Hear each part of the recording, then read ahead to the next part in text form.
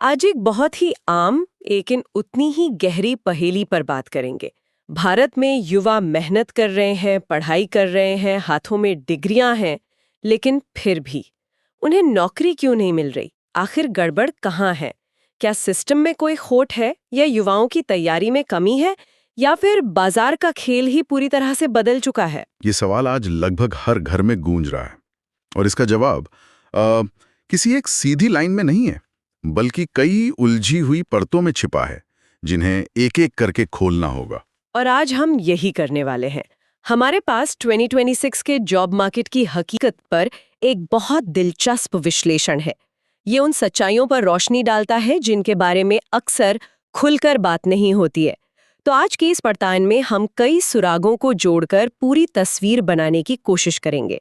हम देखेंगे कि नौकरियों के लिए ये भयानक भीड़ क्यों बढ़ रही है, डिग्री और असल में जरूरी स्किल्स के बीच की खाई इतनी गहरी क्यों हो गई है। और ये सरकारी नौकरी का इंतजार एक अनथीन इंतजार क्यों बन गया है। हाँ, और टेक्नोलॉजी ने चुपचाप कैसे सारे नियम बदल दिए। और सबसे जरूरी बात, इस पूरी पड़ताल के अंत में हम ये भी समझेंगे कि इस मुश्किल बाजार में टिके रहने और सफल होने का रास्ता क्या हो सकता है। यानी हम सिर्फ समस्या की चीरफाड़ नहीं करेंगे, बल्कि इस विश्लेषण में दिए गए समाधानों को भी टटोलेंगे। तो चलिए इस मुद्दे की परतों को खोलते हैं। और जो पहली परत इस विश्लेषण में खुलती है, सच कहूं तो वो आंकड़ा देख के मैं खुद हैरान रह गई। हम सब जानते हैं कि कंपटीशन है, लेकिन कितना? इस रिपोर्ट के मुताबिक पहले जहां एक सरकारी पद के औसतन 200 लोग आवेदन करते थे, आज 20,000 से ज्यादा हैं। 20,000? हाँ, ये कोई टाइपिंग की गलती नहीं है। 20,000! ये तो मेहनत की दौड़ नहीं, ये तो किसी सर्वाइवल गेम जैसा लगता है। बिल्कुल, सर्वाइवल गेम, ये शब्द बिल्कुल सही है। और यहाँ दिलचस्प बात ये नहीं है कि हमारी आबादी बढ़ रही है, वो तो सब जानते हैं। इस विश्लेषण का इशारा एक और गहरी समस्या की तरफ है। क्या? ये कहता है कि तैयारी करने वाले युवा, जिन्हें हम एस्पिरेंट्स भी कहते हैं, उनकी संख्या रॉकेट की रफ्तार से बढ़ रही है, लेकिन पद यानी वैकेंसीज वो लगभग उतनी है। अच्छा। सोचिए, जब 20 लोग एक सीट के लिए लड़ते हैं तो उसे मेहनत कहते हैं, लेकिन जब 20,000 लोग एक ही सीट के लिए लड़ते हैं तो वो सिर्फ मेहनत नहीं रह जाती है, वो हताशा और निराशा का खेल बन जाता है। और इसका सीधा असर युवाओं के मानसिक स्वास्थ्य पे पड़ रहा है। और इसी हताशा से जुड़ा हुआ इस पड़ताल का दूसरा सुराग है, जो शायद सबसे बड़ी पहेली है। डिग्री बनाम स्किल्स। यहाँ एक बहुत बड़ा विरोधाभास सामने आता है। एक तरफ हमारे पास ग्रेजुएट्स की पूरी फौज है, जिनके हाथ में बीए, बीकॉम, बीटेक की डिग्रियां हैं। दूसरी तरफ कंपनियां लगातार कह रही हैं कि उन्हें काम करने वाले लोग ही नहीं मिल रहे। तो सवाल ये है कि ये लाखों डिग्रियां जा कहाँ रही हैं? यही इस विश्लेषण का सबसे चौंकाने वाला हिस्सा है। इसके मुताबिक ये डिग्रियां सिर्फ एक एंट्री पास बनकर रह गई हैं, एक ऐसा कार्ड जिसे दिखाकर आप बस कमरे के अंदर आ सकते हैं, लेकिन अंदर का खेल कुछ और ही है। और वो खेल क्या है?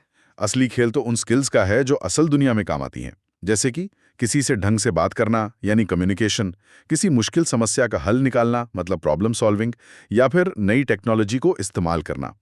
और त्रासदी ये है कि ये चीजें हमारे ज्यादातर कॉलेजों में सिखाई ही नहीं जाती। और इसमें एक आंकड़ा दिया गया है जो वाकई डराने वाला है। ये कहता है कि भारत के 70% ग्रेजुएट नौकरी के लिए सीधे तौर पर तैयार हैं ही नहीं। 70%! इसका मतलब क्या हुआ? क्या हमारे कॉलेज इतने पीछे रह गए हैं, या इंडस्ट्री की जरूरतें इतनी तेजी से बदल गई हैं कि कोई तालमेल ही नहीं बचा? मेरे ख्याल से दोनों ही बातें सच हैं। हमारी शिक्षा व्यवस्था अभी भी, अब देखिए, 20 साल पुराने ढर्रे पर चल रही है, जबकि इंडस्ट्री हर 2 साल में बदल रही है। इसे ऐसे समझिए, कॉलेज हमें कार का इंजन बनाना सिखा रहा है, जबकि बाहर की दुनिया इलेक्ट्रिक गाड़ियों पर चल पड़ी है। तो ये जो 70% का आंकड़ा है, ये उसी खाई को दिखाता है। इसीलिए ये विश्लेषण साफ कहता है, असली खेल स्किल्स, नेटवर्क और अनुशासन का है। अगर आपके पास स्किल नहीं है तो आपकी डिग्री की कीमत, सच कहूं तो कागज के टुकड़े से ज्यादा नहीं है। तो अगर एक युवा के पास इंडस्ट्री के लायक स्किल्स नहीं है, तो वो क्या करेगा? जाहिर है वो एक ऐसे रास्ते की तरफ देखेगा जहां डिग्री की कीमत शायद ज़्यादा हो और जहां नौकरी की सुरक्षा का वादा हो।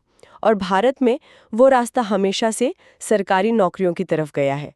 लेकिन ये नोट बताता है कि यहाँ भी अब एक नई और शायद सबसे मुश्किल दीवार खड़ी हो गई है। बिल्कुल। और ये दीवार है धीमेपन की। इस विश्लेषण में बताया गया है कि कैसे एक सरकारी नौकरी की प्रक्रिया अपने आप में एक अलग संघर्ष है।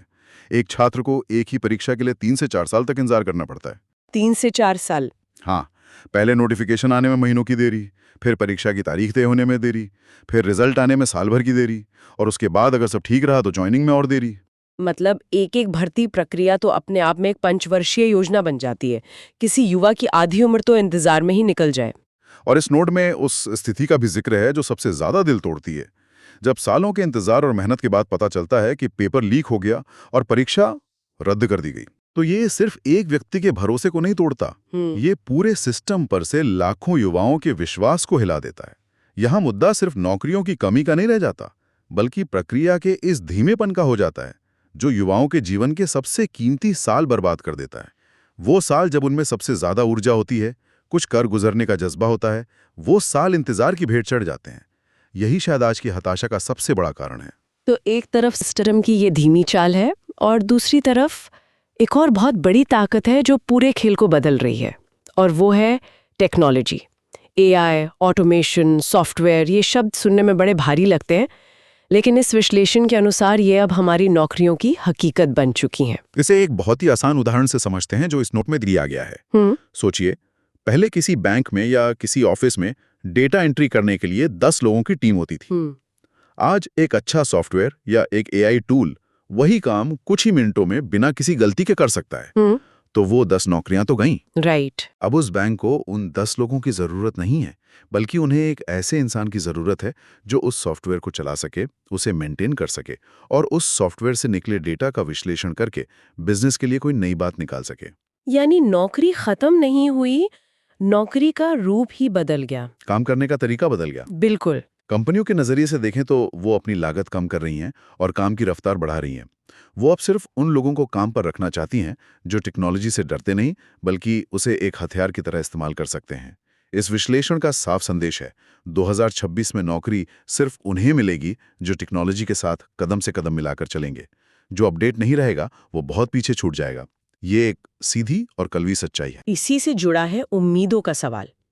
युवाओं को और शायद उनके माता पिता को भी लगता है कि एक बार डिग्री मिल गई मतलब नौकरी पक्की, जिंदगी सेट। लेकिन ये नोट इस सोच को गलत उम्मीद का नाम देता है।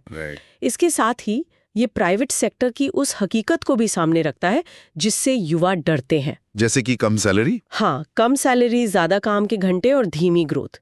शायद यही वजह है कि करोड़ों लोग हर हाल में सिर्फ सरकारी नौकरी के पीछे भागते हैं।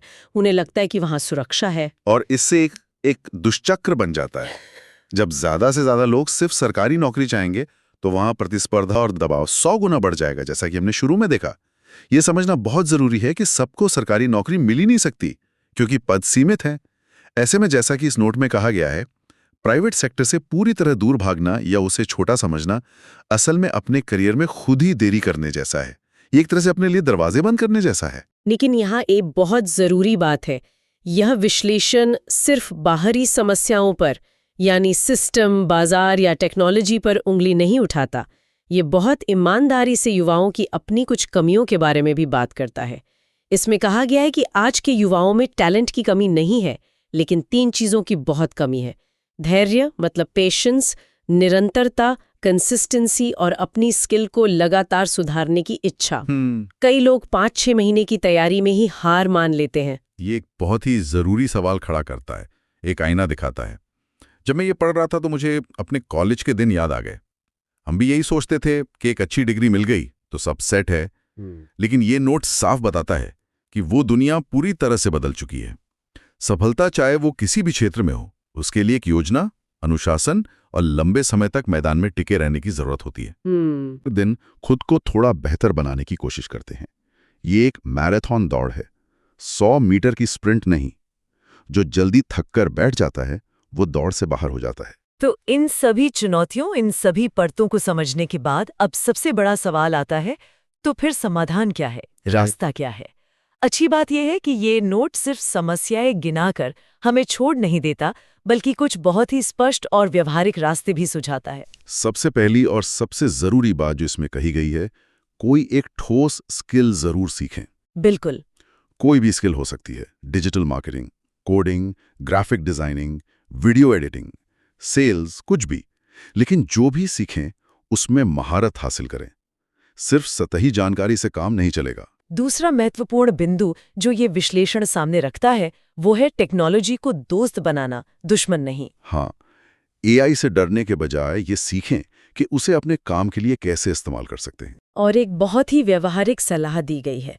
अगर आप किसी सरकारी नौकरी या बड़ी परीक्षा की तैयारी कर रहे हैं तो बहुत अच्छी बात है, लेकिन उसके साथ एक बैकअप प्लान हमेशा रखें। कोई पार्ट टाइम काम करें, कोई स्किल सीखें, कुछ भी ऐसा करें ताकि अगर वहां सफलता ना मिले तो आपका समय और आत्मविश्वास पूरी तरह बर्बाद ना हो। इसके अलावा दो और बातें।